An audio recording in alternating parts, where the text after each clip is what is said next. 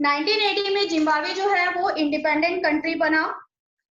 तब से वहां की जो रूलिंग पार्टी है, रूलिंग पार्टी जो है वो वहां की, that is ZANU PF. This is the popular party of the Zimbabwe. Why it was popular?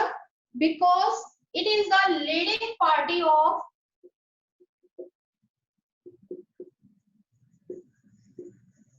freedom struggle.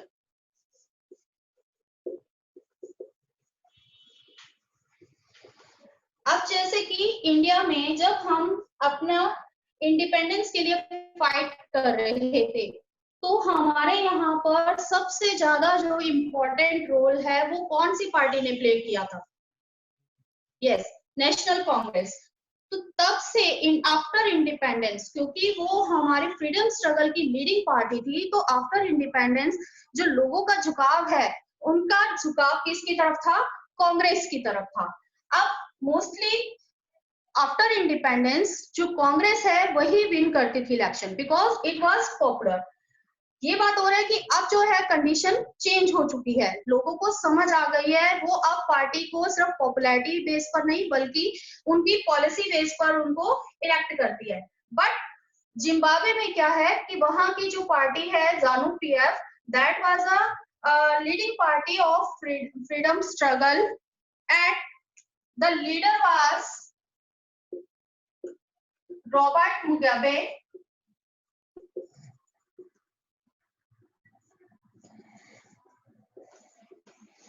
इस पार्टी का जो लीडर है वो कौन है? Robert Mugabe. अब ये तो हुआ general description about Zimbabwe. Now what were the political condition in Zimbabwe? I think you have write down it got its independence in 1980.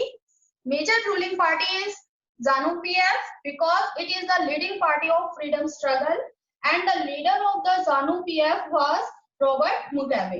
अब वहां पर क्या पॉलिटिकल कंडीशंस जो हैं जिम्बाब्वे में मिलती है under the leadership of Robert Mugabe? So political conditions,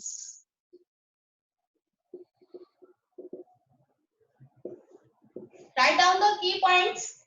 First,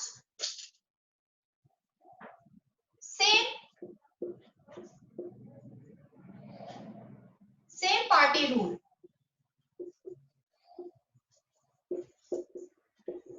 same party rule means जब से जिम्बाब्वे जो है उसने अपने इंडिपेंडेंस लिया 1980 से, since 1980 ZANU PF is the ruling party in Zimbabwe. तब से ZANU PF जो है वो ही वहां की रूलिंग पार्टी रही है। अब इसके क्या रीजन रहे? क्योंकि स्टार्टिंग में जैसा मैंने बताया कि यहाँ कांग्रेस की पॉपुलैरिटी के कारण हम बिना सोचे समझे स्टार्टिंग में कांग्रेस को ही वोट देते रहते थे।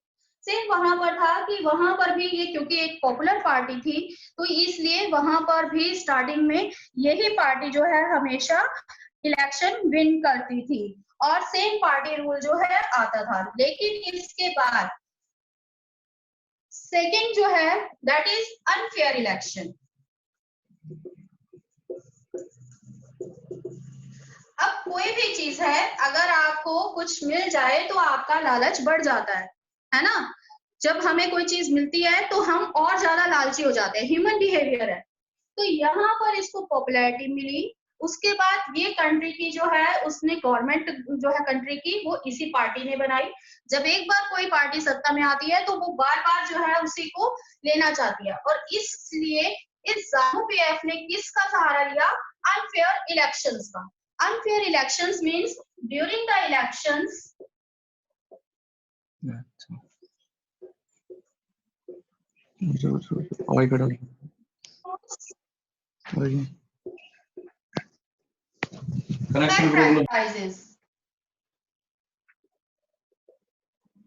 malpractices means unfair means जो है वो यूज करते थे।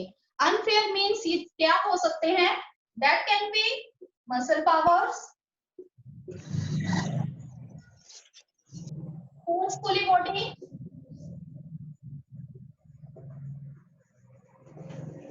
and use of money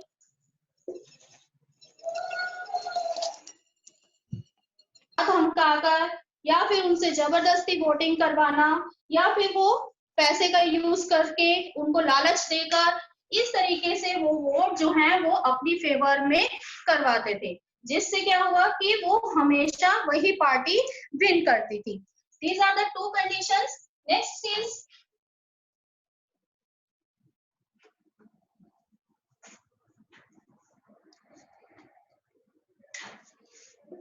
change the constitution.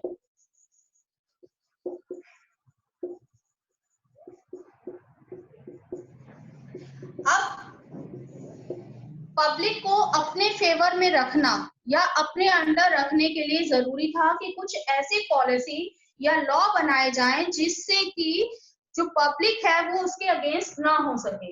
अब उन्होंने क्या किया, इसके लिए कॉन्स्टिट्यूशन में चेंज किया। कॉन्स्टिट्यूशन में चेंज किया, जैसे कि इंडिया में अगर हमें कुछ भी चेंजेस करने हैं कॉन्स्टिट्यूशन में तो उसके लिए पूरा एक प्रोसीजर है। हम ऐसे ही कोई भी ऑफिशियल जो है वो अपने आप से कॉन्स्टिट्यूशन में चेंज नहीं कर सकता। But that condition was different in Zimbabwe. To attain more power,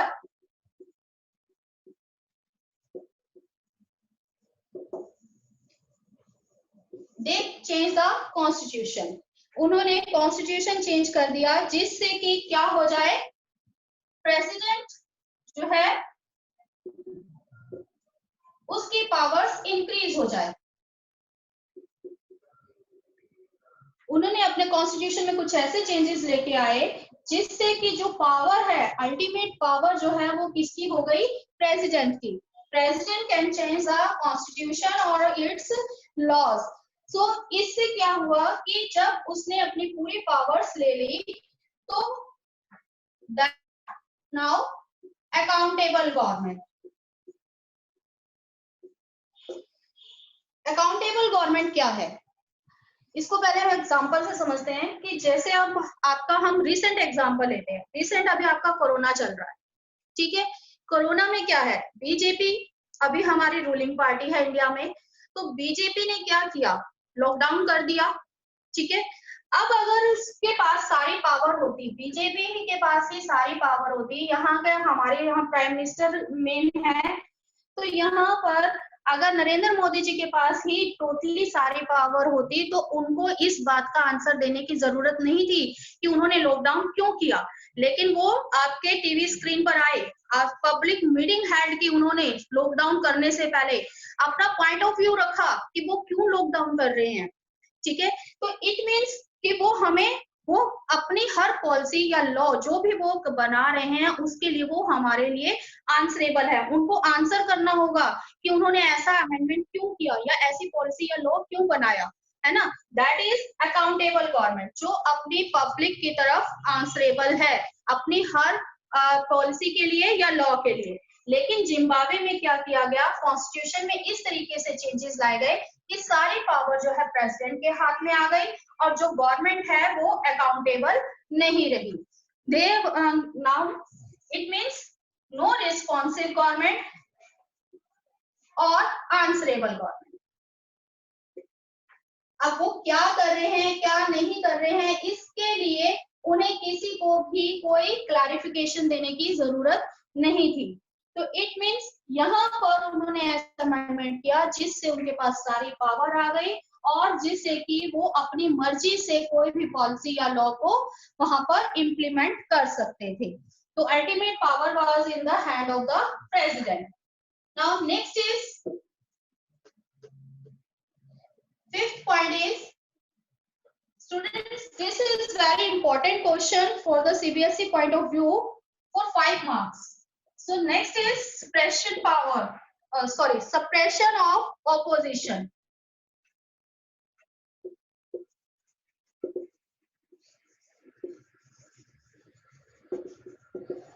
आप अभी अपनी टीवी स्क्रीन पे देखते हो कोरोना को लेकर, नरेंद्र जी की पॉलिसी को लेकर, मोदी जी की पॉलिसी को लेकर कितना डिबेट होता है डिफरेंट पॉलिटिकल पार्टीज में, ठीक है ना। एक तो जो पार्टी है, पहले तो सबसे पहले आपको पता होना चाहिए ऑपोजिशन क्या है। ऑपोजिशन क्या है कि गवर्नमेंट जब फॉर्म होती है, एक तो उसमें होती है विनिंग पार्टी। किसी भी कंट्री में विनिंग पार्टी जो क्या फॉर्म करती है, गवर्नमेंट फॉर्म करती है। Contest, election contest different parties करती हैं, लेकिन कोई भी एक पार्टी जो है वो विनिंग पार्टी कहलाएगी। बाकी जो पार्टीज जो लूज कर जाती हैं इलेक्शंस को, losing parties are called opposition parties.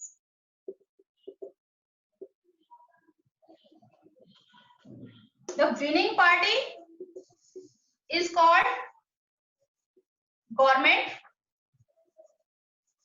और losing party जो इलेक्शन लूज कर जाएंगी वो सारी क्या होंगी, opposition party.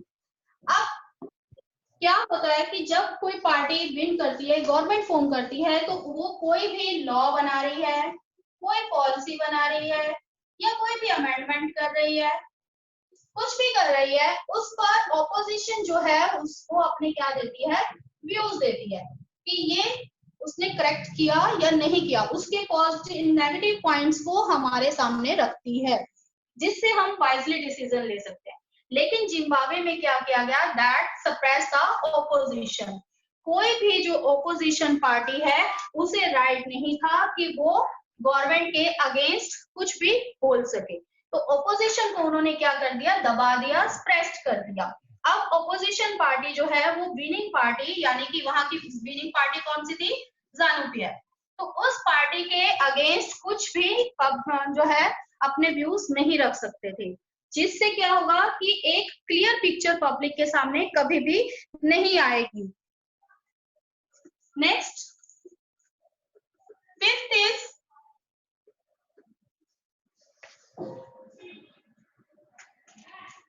political protest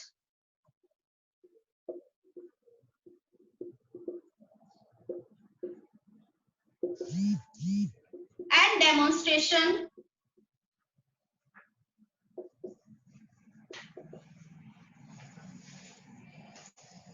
were declared illegal.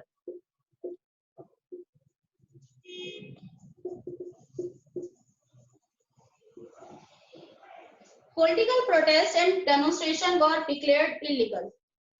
अब किसी भी डेमोक्रेटिक कंट्रीज में पब्लिक के पास ये राइट होता है कि वो अपने व्यूज को एक्सप्रेस कर सकती है। क्या राइट होता है हमारे पास, एक्सप्रेसिंग आवर व्यूज। अब ये व्यूज एक्सप्रेस करने के बहुत से तरीके हो सकते हैं कि अगर हम किसी पॉलिसी के अगेंस्ट हैं तो हम उसके अगेंस्ट प्रोटेस्ट कर सकते हैं, आंदोलन जिसको हम कहते हैं, आंदोलन कर सकते हैं, धरना दे सकते हैं, डेमोन्स्ट्रेशन कर सकते हैं, but it must be peacefully. ठीक है, तो यहाँ पर एक्सप्रेसिंग व्यूज एक्सप्रेस करने के डिफरेंट वेज जो हैं वो पब्लिक यूज करती है। इट कैन बी प्रोटेस्ट और demonstration, but the condition is these must be in a peaceful manner.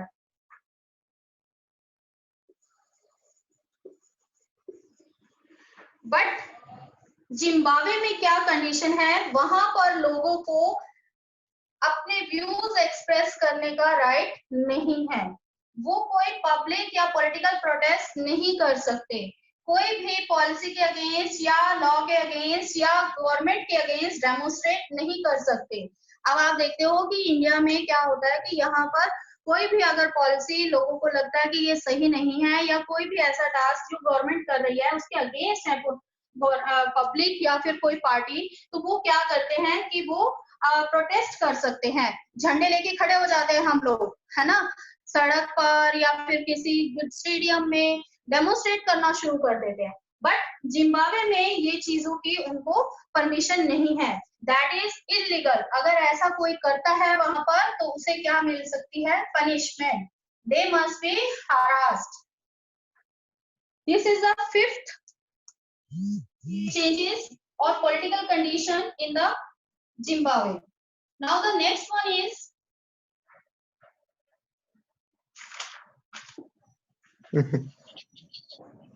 control on media. In any country, media plays very important role to familiar us with the government or its policy, whatever. Media का एक बहुत बड़ा role रहता है। अब आप corona के बारे में जितनी भी जानकारी ले रहे हो वो किसके थ्रू है? मीडिया के थ्रू, कि क्या किया जा रहा है, कहाँ पर कितने पर्सन ठीक हो रहे हैं, वट। और अगर पीछे की भी हम बात करें तो जब मोदी जी ने जीएसटी लागू किया या फिर डीमोनेटाइजेशन किया, तो वहां पर भी जो मीडिया ने एक एक पल की खबर जो है हमें दी, दोनों ही व्यूज हमारे सामने रखे, पॉजिटिव भी और नेगेटिव भी। आप देखते हो कि वहां पर डिफरेंट पॉलिटिकल लीडर्स का डिबेट होता है और पॉजिटिव और नेगेटिव पॉइंट्स जो है वो हमारे सामने आते हैं। तो एक कंट्री में लोगों के सामने गवर्नमेंट को लेकर या उसकी पॉलिसी को लेकर क्लियर पिक्चर जो है ये दोनों पॉइंट्स हमारे सामने रखते हैं। बट जिम्बाब्वे में क्या है? जिम्बाब्वे में जो है वहां पर जो मीडिया पर कंट्रोल है वो किसका है? गवर्नमेंट का। गवर्नमेंट का मीडिया पर कंट्रोल है, यानी मीडिया जो है that could not publish anything against the government. Media जो है वो गवर्नमेंट के अगेंस्ट कुछ भी पब्लिश नहीं कर सकती। तो इससे क्या होगा? जब यहाँ पर मीडिया को फ्रीडम ही नहीं है तो ट्रू पिक्चर भी लोगों के सामने नहीं आएगी। मीडिया जो है सिर्फ उन्हीं बातों को सामने रख सकती है जो गवर्नमेंट की फेवर में हो। तो हर बार जो है गवर्नमेंट को ही पॉपुलैरिटी मिल रही है, क्योंकि नेगेटिव पॉइंट तो कहीं आ ही नहीं रहे उसके सामने। ना पब्लिक प्रोटेस्ट कर सकती है, ना मीडिया प्रोटेस्ट कर सकती है, ना ही ऑपोजिशन पार्टी। तो नेगेटिव पॉइंट तो कहीं आए नहीं, सिर्फ प्लस पॉइंट आएंगे। तो इट मीन्स वो अपने आप में अपनी पॉपुलैरिटी को वहां पर मेंटेन करने के लिए उसने इस तरीके के जो है फोर्सफुल अमेंडमेंट किए। The last is no independent judiciary.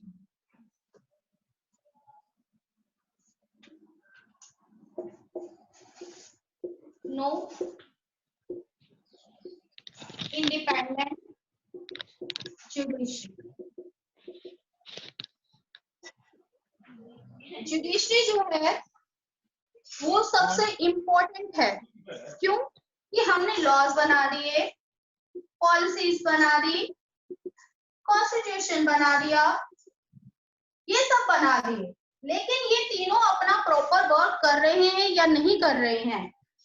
कोई भी गवर्नमेंट है वो अपनी लिमिट में वर्क कर रही है या नहीं कर रही है? सिटीजन्स के राइट्स को प्रोटेक्ट किया जा रहा है या नहीं किया जा रहा है? ये सारा वर्क जो है वो किसको, कौन देता है? Judiciary. All these tasks are done by the judiciary. Judiciary keep watch on the laws, policy or the constitution amendments or citizens right. कोई भी अगर इनसे रिलेटेड कोई डिस्प्यूट होता है तो हम जुडिशरी में जाते हैं। तो इसका मतलब जैसे जुडिशरी जो है उसके पास क्या होती है? फाइनल डिसीजन जो है उनका, फाइनल जजमेंट, सॉरी, उनकी जो जजमेंट है वो हमेशा क्या कंसीडर की जाती है? फाइनल जजमेंट कंसीडर की जाती है। जैसे हमारे इंडिया में सुप्रीम कोर्ट है। सुप्रीम कोर्ट जो है वो क्या है? अगर हम किसी डिस्प्यूट को लेकर जाते हैं या कोई भी ऐसा, चाहे वो स्टेट्स में हो गया, स्टेट और गवर्नमेंट में हो गया या फिर पब्लिक में हुआ, तो इसके लिए जो भी सुप्रीम कोर्ट में केस जाएगा, सुप्रीम कोर्ट उसको जो भी डिसीजन देगी वो फाइनल जजमेंट होगी, उसके ऊपर उसको कोई भी जो है ऑब्जेक्ट नहीं कर सकता। लेकिन जिम्बाब्वे में जो है वहां पर ये सब नहीं है। मीन्स कि जुडिशरी जो है वो इंडिपेंडेंट नहीं है, उसका जजमेंट फाइनल नहीं है। अब फाइनल कैसे नहीं है? कि अगर if it pass any judgement against the government,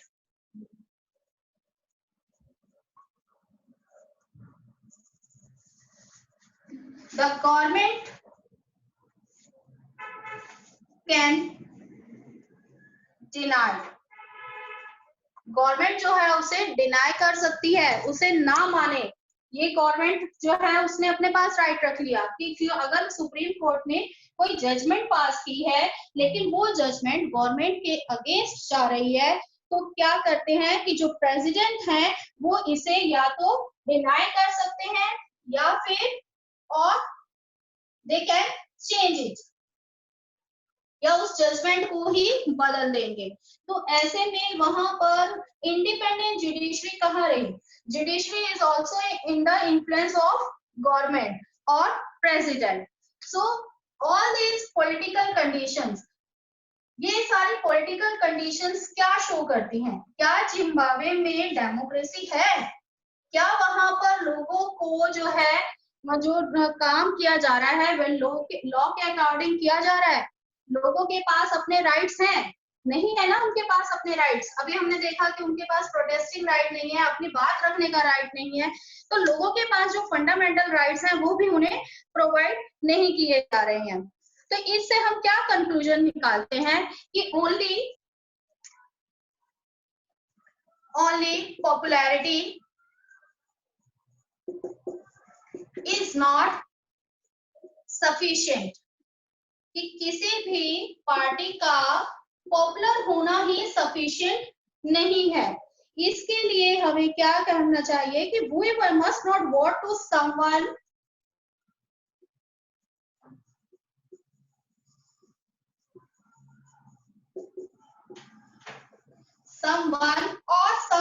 or any party कीड़े मकोड़े just because of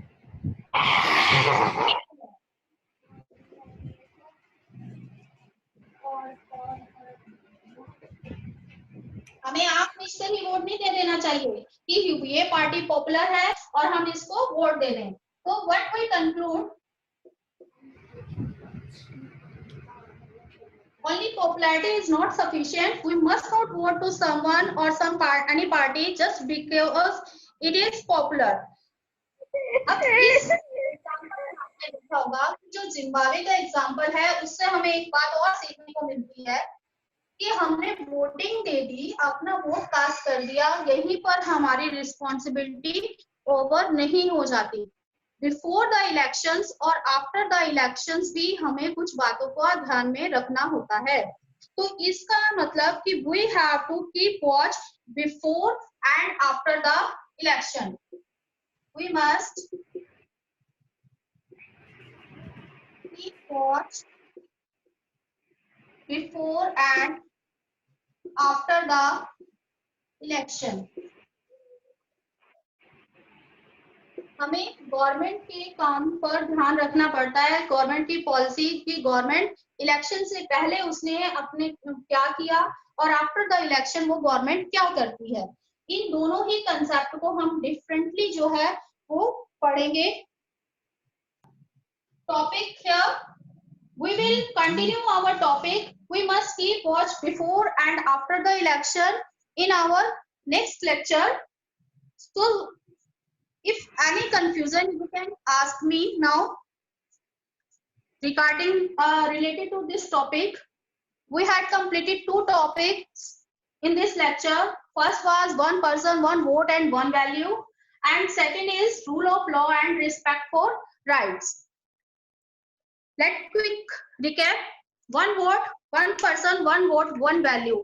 We took 3 examples. First of is Saudi Arabia, second is Estonia and Fiji. For Saudi Arabia, men have the right, but women do not have the right to vote. In Estonia, Russian minority do not have the right to vote. But in Fiji, indigenous Fiji have more value for their vote rather than the Indian Fijian. Next is the rule of law and respect for rights. Where the we took example of Zimbabwe. Zimbabwe have different political conditions because the famous party or popular party ZANU-PF managed to win every election. They are in the government since its independence. Because of some points we already discussed. That was first is the same ruling party, जैसा भी मैंने बताया कि election से लेकर अभी तक वही पार्टी रूल करती आई। अनफेयर इलेक्शन मींस उन्होंने यूज किए।